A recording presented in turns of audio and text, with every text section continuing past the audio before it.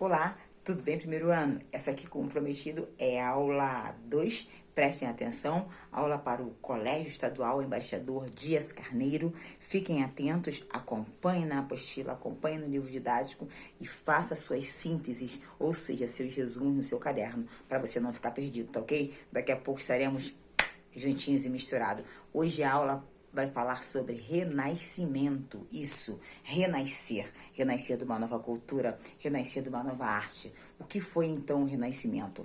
Antes de eu falar sobre renascimento, eu vou falar dos acontecimentos, tá? Que estava acontecendo. Renascimento foi um movimento intelectual e cultural, mas foi um período em que vocês já conhecem, né? Um período em que estava ocorrendo a mudança do sistema feudal para as práticas capitalistas. Um período em que estava surgindo as feiras, as cidades estavam crescendo, né? O movimento estava aumentando nas cidades. Então, havia um fluxo comercial muito grande.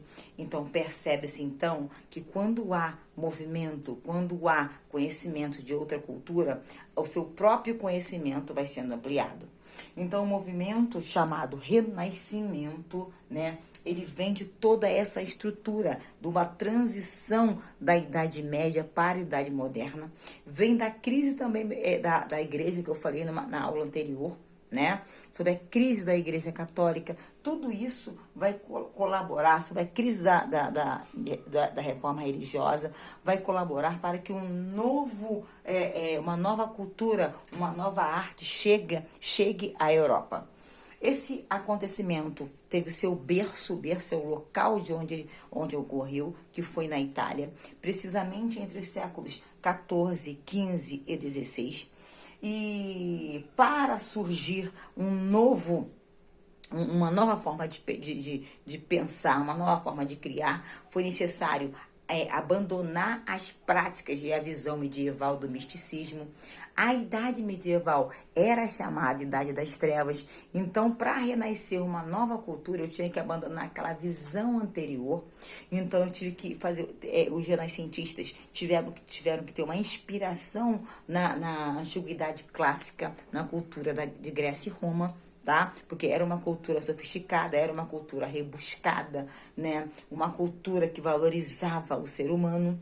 Ou seja, você vai observar que esses fatores possibilitaram que uma nova cultura surgisse, uma nova forma de mostrar, de pensar, de criar surgisse naquele período, tá? E uma grande categoria que estava em ascensão era a burguesia, né, que ela ganhava força e poder econômico, e foi exatamente a burguesia que os burgueses, que eram comerciantes da época, que foram os patrocinadores dessa arte renascentista, né, que começaram a financiar os artistas, os pintores, né, daquela época.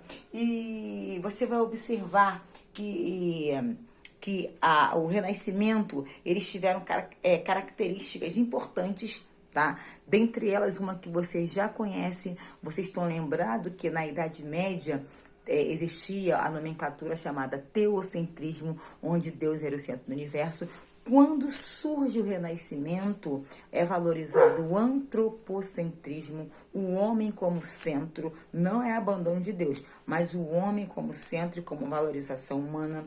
É valorizado também o humanismo, o ser humano como criação divina e perfeição divina, né? Posteriormente, essa inspiração clássica vai possibilitar uma valorização ainda maior do ser humano, né? E existia também o racionalismo. Não só o aspecto físico do ser humano é valorizado, o racionalismo, a razão humana é valorizada.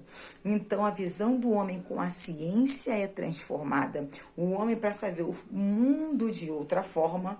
E nós temos também o individualismo, ou seja, o potencial do indivíduo sendo colocado como importante naquele período.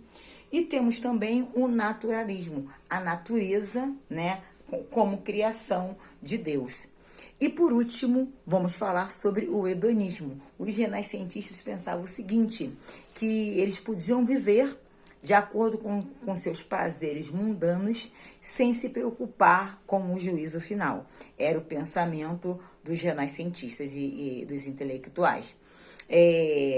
Você também pode acreditar que as próprias instituições religiosas, mesmo percebendo essas características dos renascentistas, elas não ficaram de fora, porque ocorreu um enriquecimento dos burgueses, mas a própria igreja, ela puxa os pintores, escultores renascentistas para poder fazer os templos das grandes cúpulas das grandes igrejas, né? Então, a arte renascentista chega no mundo para poder esquecer o obscurantismo do período medieval.